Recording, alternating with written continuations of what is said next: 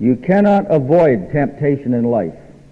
It'll come. It'll come uninvited. It'll be there. It'll come in different ways at different times in your life. A lot of people grow up thinking that, once you get through your teens, you don't have any more temptations. That's exactly what the devil would like you to believe.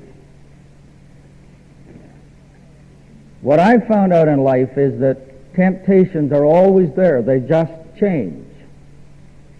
I'm not really tempted much anymore to steal cookies. And there's some things that I faced when I was a teenager. I don't have those struggles anymore. But I have a brand new set of them. And at every stage in your life, you will face temptations. And the great question is, how do you handle them? How can you be victorious? This lesson will tell us how to do it. I want to show you two verses before I begin to work my way through this chapter. I want you to look at the second verse, and I want you to look at the 21st verse. There are key statements on both sides of this very great temptation that Joseph faced. And I think they're key words, they're important words. Genesis 39 verse 2 says, "And the Lord was with Joseph." It's important for us to understand as Christians that we are guaranteed the presence of the Lord in our lives. Every kind of situation, He is there. And in this situation, Joseph has been brought to Egypt. He has been sold as a slave. The circumstances seem absolutely negative, but there is that very positive statement made, "And the Lord was with Joseph." Now I want you to drop down to the 21st verse, and in between is the story that we're going to deal with this morning, where it seems that when a man did right, things went wrong. And verse 21 says, "But the Lord," in spite of all of how it looks, and all of the circumstances, and all of the difficulties, verse 21 says, "But the Lord was with Joseph." And there is one thing we can be absolutely confident of as Christians, and that is the abiding presence of the Lord in our lives, come what may. There will never be any situation where God will have to say, "Too tough for me, I'll have to check out. I'll have to pass on this one." He will always be there to meet our needs. So let's go through this story. The first part of it, I'm going to pass over quickly, and because I want to work on this center part of the story that I believe has a lesson for life today. Let's begin with verse 1. "And Joseph was brought down to Egypt, and Potiphar, an officer of Pharaoh's captain of the guard, an Egyptian, bought him of the hands of the Ishmaelites, which had brought him down thither." Potiphar was actually the chief executioner, or he was the chief of Pharaoh's police. He held one of the most powerful and important positions in all of the land of Egypt. And it is not without significance that on the road to Joseph becoming the prime minister of Egypt, he is placed in a very prominent household. That was not an accident. It was part of the divine plan. Joseph is 17 years of age. He has been hated by his brethren, pampered by his father, sold into Egypt. All of the circumstances seem negative and dark. But verse 2 says the Lord was with him. And God began to bless him and begin to prosper him. Verse 2 tells us that in the midst of difficult circumstances, Joseph begins to rise to the surface, and the answer is because of the presence of God in his life. God's blessing was so evident on this young man that even his Egyptian master observed it. Notice the third verse. His master saw that the Lord was with him. Now, I do not know exactly how this heathen arrived at that conclusion, except when he began to think about Joseph's arrival, it seemed that since Joseph arrived, everything went good. And this man came to the conclusion that Joseph had the blessing of God upon his life. There is a verse in the book of Proverbs, I think, that helps to explain it. If you'll turn to the 16th Proverb and the 7th verse, this little statement is made. Proverbs 16 verse 7 says, "When a man's ways please the Lord, he maketh even his enemies to be at peace with him."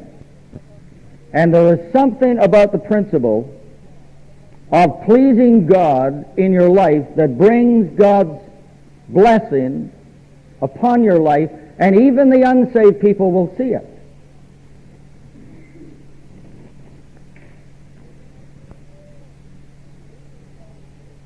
You read in the following verses, and I just want to have you look at them as we pass over them quickly, that Joseph rises above his situation and he becomes a leader in the Egyptian's household. Verse 4, 5, and 6 indicate that to us. It is in the midst of prosperity and promotion that Joseph faces his greatest trial. And I want to just say today that sometimes it is in the time of prosperity and plenty and promotion that we may face our greatest trials. Joseph has now risen from above a slave, common slave. He is now the important man in this household. He is charge of everything. Potiphar gives no attention to his business at all. This young man is the head of that entire operation. And it is at the point of promotion, prosperity, and power that this young man faces a major temptation. All of our trials will not come when we're on the bottom. I'd just like to say that to you today. That some of your trials are going to come when life is at its best, and you think you have it all together, and you are climbing the ladder.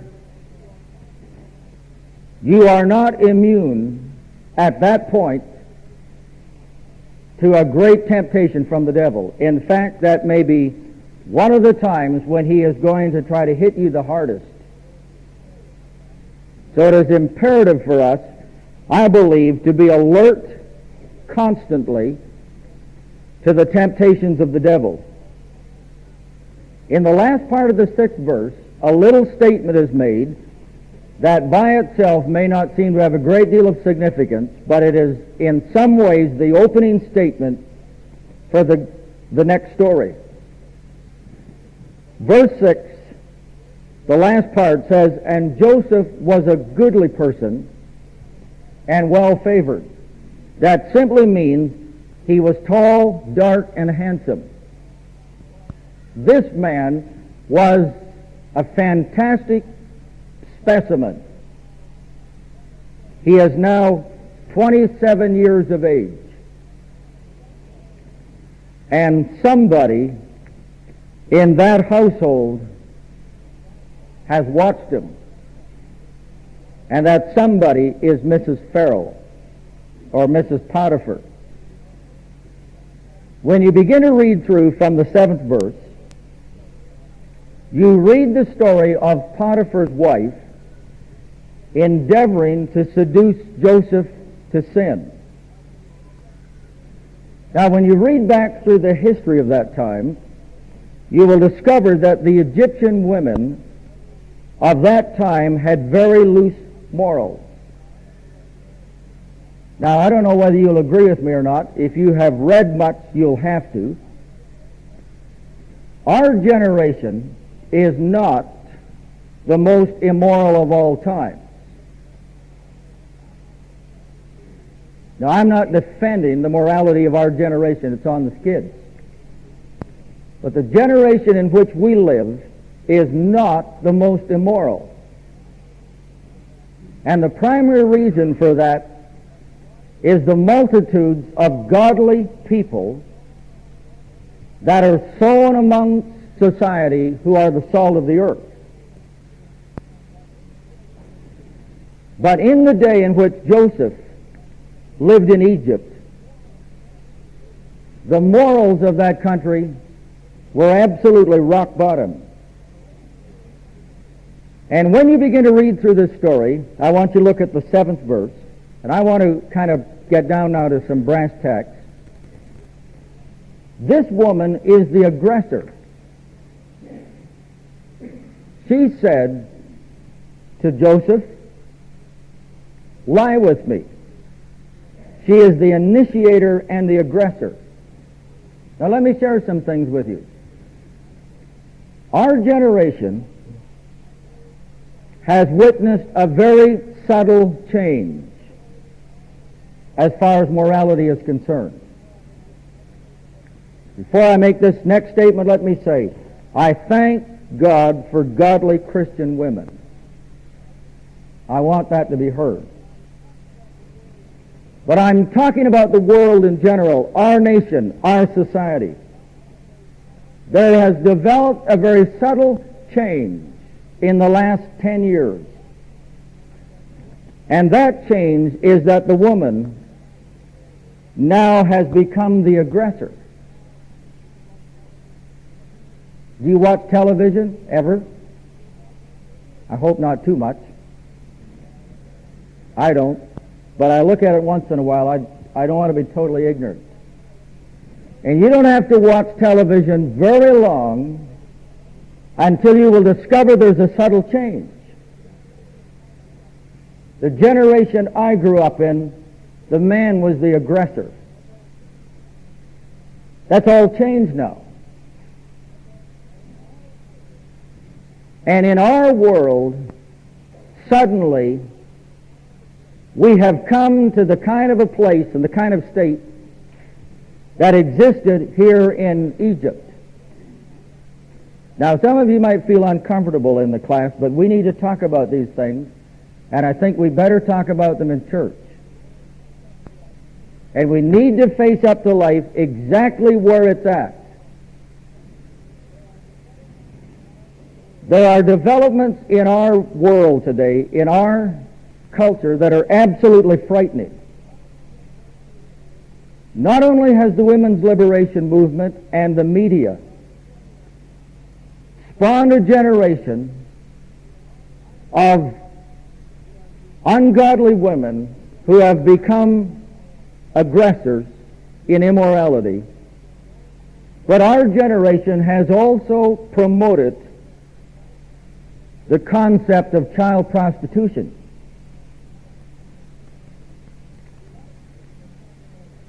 See, a lot of people today talk about Brooke Shields. I believe that Brooke Shields, when she was first cast upon the screen, was a part of the satanic plot to undermine the morals of the young teens in our society.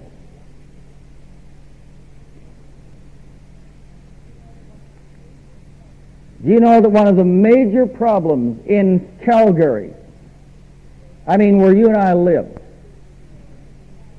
happens to be child prostitution? I'm not just talking off the top of my hat like some kind of fanatic. I've talked to the people who work in those areas.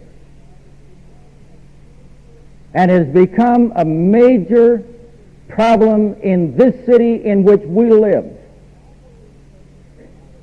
And I believe that part of it can be traced back to the presentation of the media.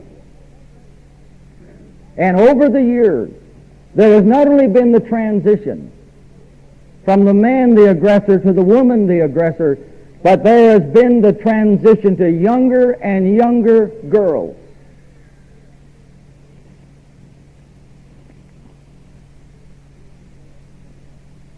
And we need to be alert to what's happening. If I had it to do all over again, and I know that you will go home for sure today thinking the preacher's a fanatic, if I could turn back the clock in my home, I would never allow a television in the house. Now, I know that that is an absolute fanatic. You say, how in the world would you ever keep up with the news? Who needs it anyway? All that I'm trying to say to us today is that we have been very subtly and very definitely affected by our culture and by our societies. And I simply want to alert us to that today. And we are fast approaching in our culture, in our society, the morals that were held in the past by civilizations that God destroyed. So I'd like to leave it there. I want us to examine Joseph's temptation. And I want us to see his reaction. And I'd like to give us some lessons about how to handle temptation. You know the story, so I'll not work the details over. The first thing that I see as I read the story is that the temptation appealed to a strong natural drive. Joseph is now 27 years of age. He has been a slave for 10. During those 10 years, he has probably many times thought about marriage. But as a slave, he had little prospect for the fulfillment of marriage. And now, after 10 years in a strange land, 10 years of absolute loneliness,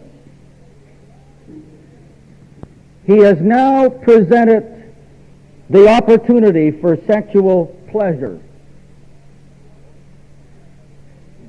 And I want you to think about that story, because it would have been so easy for Joseph to have rationalized. I've been here 10 years. I've walked with God 10 years.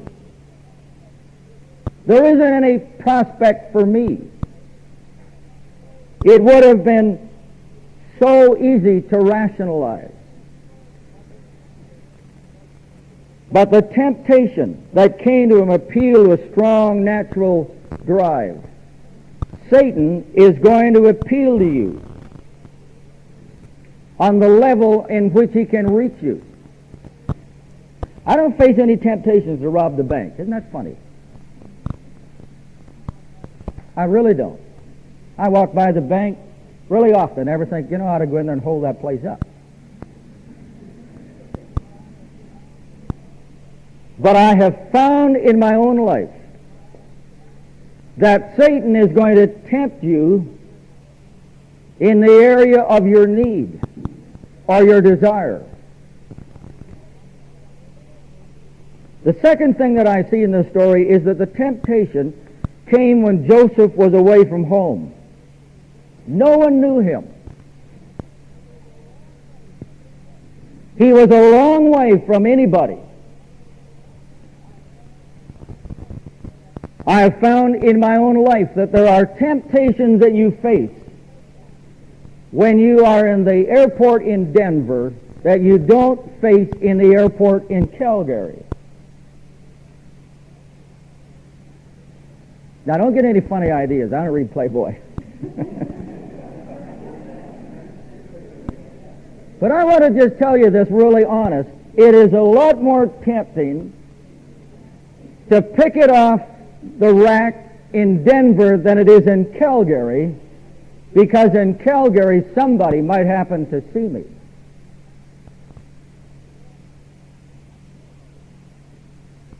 I'm sorry about being so practical in this class. I know a lot of people would rather that we talked about the fine points of election and predestination, but we're not living there. We're living with real life, with real struggles. And I'm only trying in this class to be really honest. Joseph is away from home, and nobody knows him. And that's when the temptation hits him. In fact, what he was tempted with would have been perfectly acceptable by the standards of those days. He could have very easily rationalized and said everybody does it, and he would have been right in Egypt. He's not right here. And the story is very clear in telling us that when the proposition came, nobody was in the house. He was there all alone. And no one would ever know. And in that kind of an age, even if they did know, it wouldn't have mattered a whole lot. I mean, as far as the rest of the servants. Because that was the standard, that was the level. I want you to also notice in this story that the temptation came from a very important woman. For Joseph to have concurred, it would have meant advancement. And I want you to think about the story of Joseph. And you begin to read through it. Joseph is in a spot where he can't win. If he says yes, he won't win with himself and he won't win with God. And if he says no, he understands full well the implications. And I want to say today that we need to understand that there are times in our lives when it costs you something personally to walk with God and hold to the standards you believe in. A very good friend of mine who had made tremendous advancement in his organization came to Christ. And when he came to Christ and would no longer drink with the guys and live a certain kind of a lifestyle, he died on the vine. That was the end of promotion. And they shipped him out to a little out-of-the-way place. It cost that man something to live according to the convictions of his heart. And to live according to the convictions of your heart, sometimes on the short haul, never on the long haul, but sometimes on the short haul will mean that you're not going to get that advancement and that promotion, and you're going to find yourself in a tough spot. And this situation that arose in Joseph's life, there wasn't any way at all that he could win.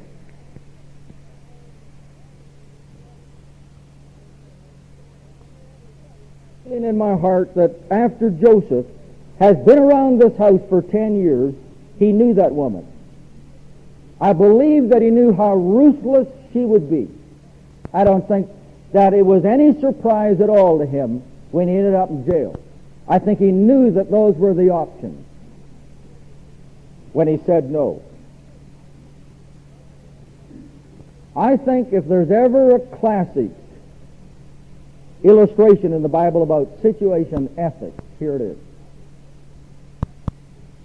But for Joseph to have yielded would have been to have short-circuited the plan of God. And Joseph would have never become the prime minister of Egypt. I want you to look at the 8th verse. It sums up his response. It simply says, but he refused. He refused. He made a decision, he made a commitment, and in no uncertain terms, he refuses.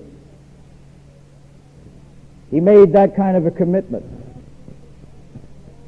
And it is absolutely imperative for all of us in life to make those kinds of commitments to God's standards in whatever area of our life they may come to us.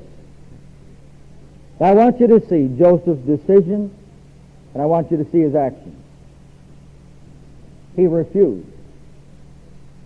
He went on to explain to that woman that to do that act would be threefold. Number one, he said to commit this sin would be to break the confidence that his master had placed in him. Look at verse 8 and 9. Joseph said, your husband, Potiphar, trust me. He has given everything into my hand.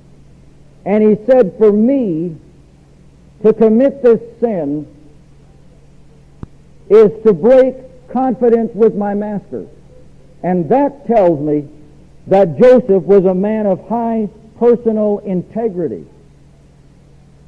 And he said, I cannot do this because to do it will be to violate my integrity.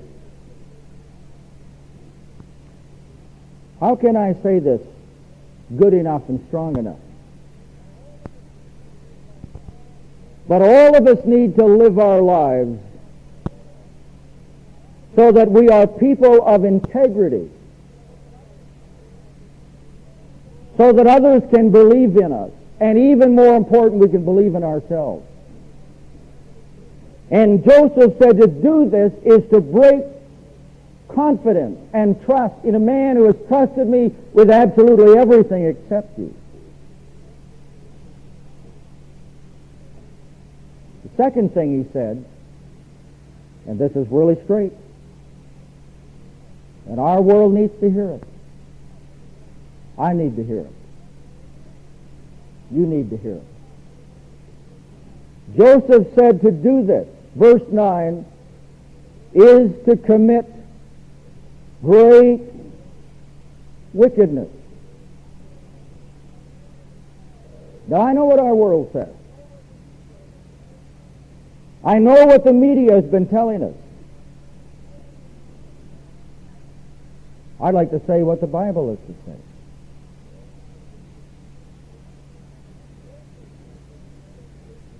And Joseph said to do this is to commit wickedness. David, when he talked about it and his experience in Psalm 51:3, he said, my sin is ever before me. He didn't say my mistake is always in front of me. He said, my sin. That's a hard word.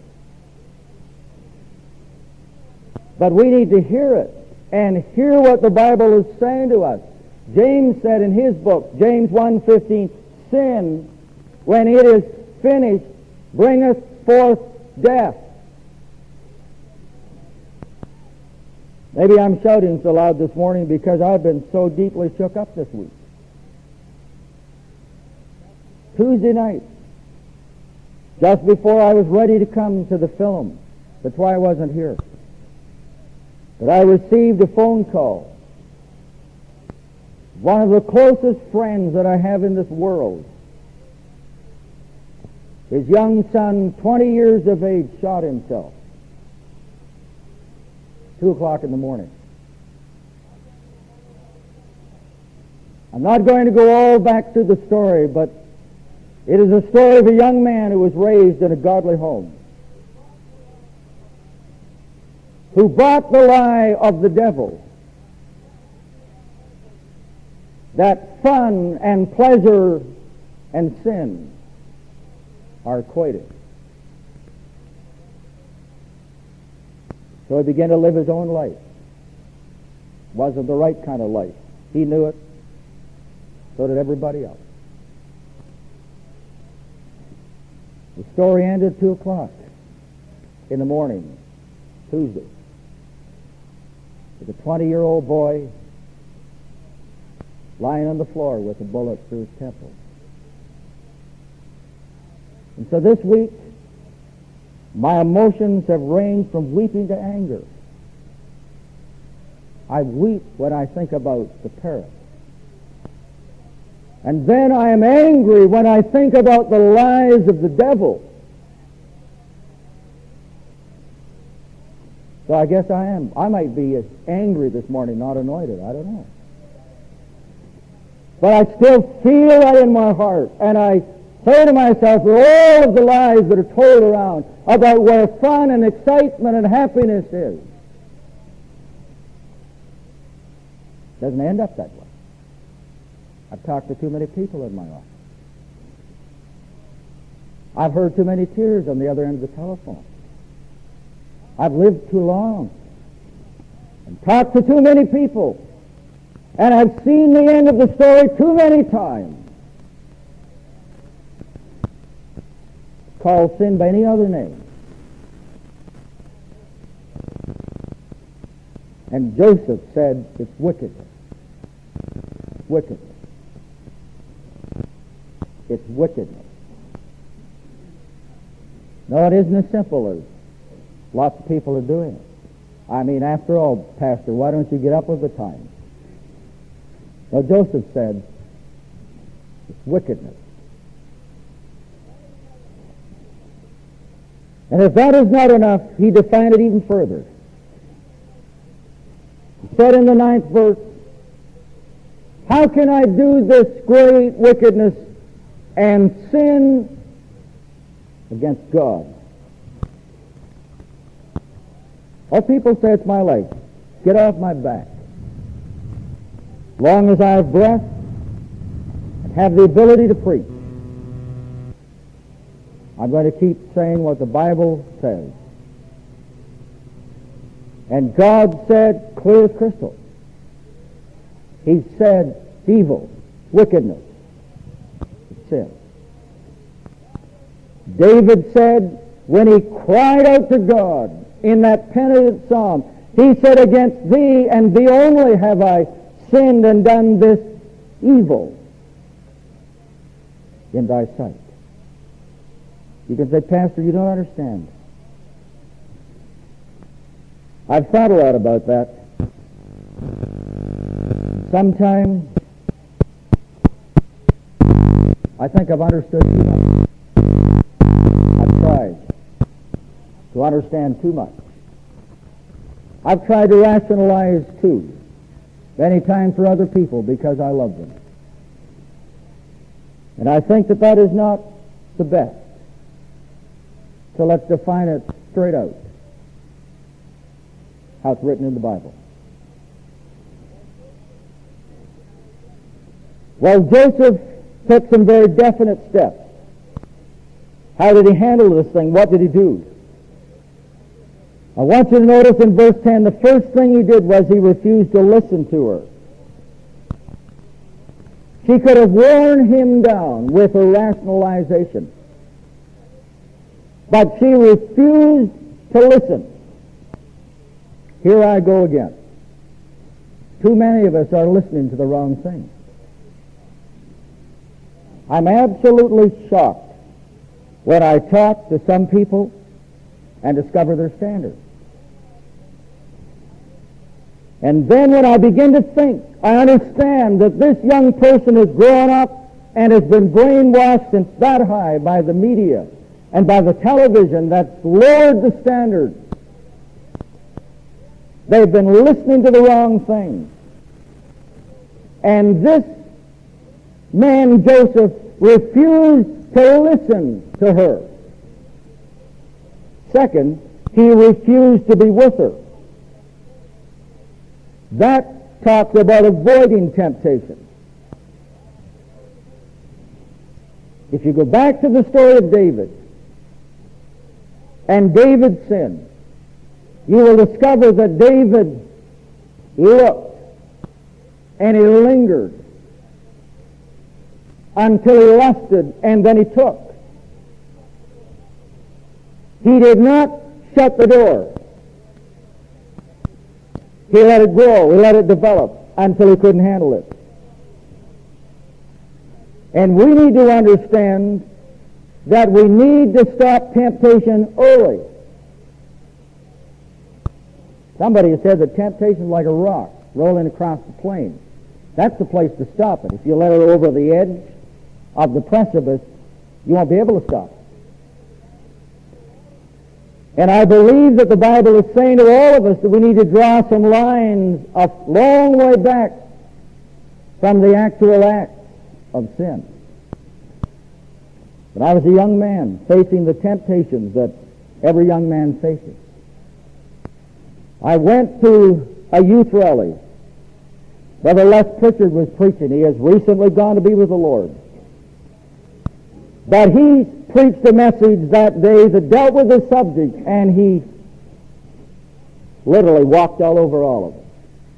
He said it straighter than I've ever heard it in my life. And my first reaction was I hated that guy. I thought, shut up. My first response was, I'm getting out of here. You can't tell me anything. I know it all anyway, so what's the difference? And here's this loudmouth up there shooting off his mouth. But I'll tell you, the Holy Spirit was in that message. And about an hour after I got out and got cooled down and the Spirit of God began to talk to my heart, I knew that what that guy had said was absolute truth. And he had cast a dart into my heart. And I thank God for that message. I thank God for it 100 times since. For a man who had the courage to smack me between the eyeballs and smarten me up. And it taught me some lessons and brought me to a place to make a decision in my life. I'll draw the line where God drew it. And I'll stand there. There's an old Chinese proverb that says, he who would not enter the room of sin should not sit at the door of temptation. I think that Chinaman read the Bible. See, if your temptation is alcohol, don't go to the bar and drink tomato juice. Now, I've had lots of people tell me that. I don't drink in the bar, I just drink tomato juice. Look, it's a lot better to stay outside. Draw the line a long ways back. Don't play around with it, whatever it is. And Joseph refused to be with her. He wasn't going to say, I'm a strong Christian, I walk with God. God's with me, He's blessing me every day. I can handle this woman. No, he was willing to face up to the fact that if he stayed with her and listened to her, that someday he'd fall. And he refused to be with her. And when he came in the house on official business, she once again propositioned him. And when he would not respond, and in fact began to turn to flee, she grabbed his garment. And you know the story. Her lust turned to anger over rejection. I want to make this statement this morning that apart from true love and commitment, sex can become a totally selfish expression that leads to hatred. You ever wonder how come so many of the murders in our city happen to be common law arrangements? You ever put that together? You know that's the truth, don't you? You read the paper. You know why that happens? Because lust turns to familiarity and breeds contempt. Read the Bible. You've ever read the story of Ammon? He lusted after his half-sister, day after day, and then finally taking her. The Bible says that when it was all over, he hated her.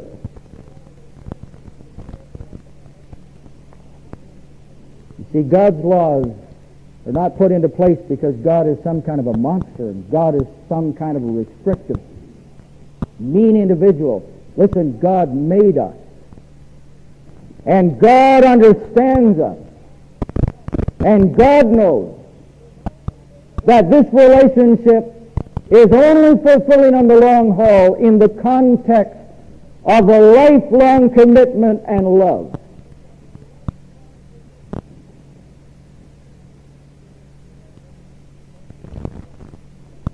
Well, you know what happened?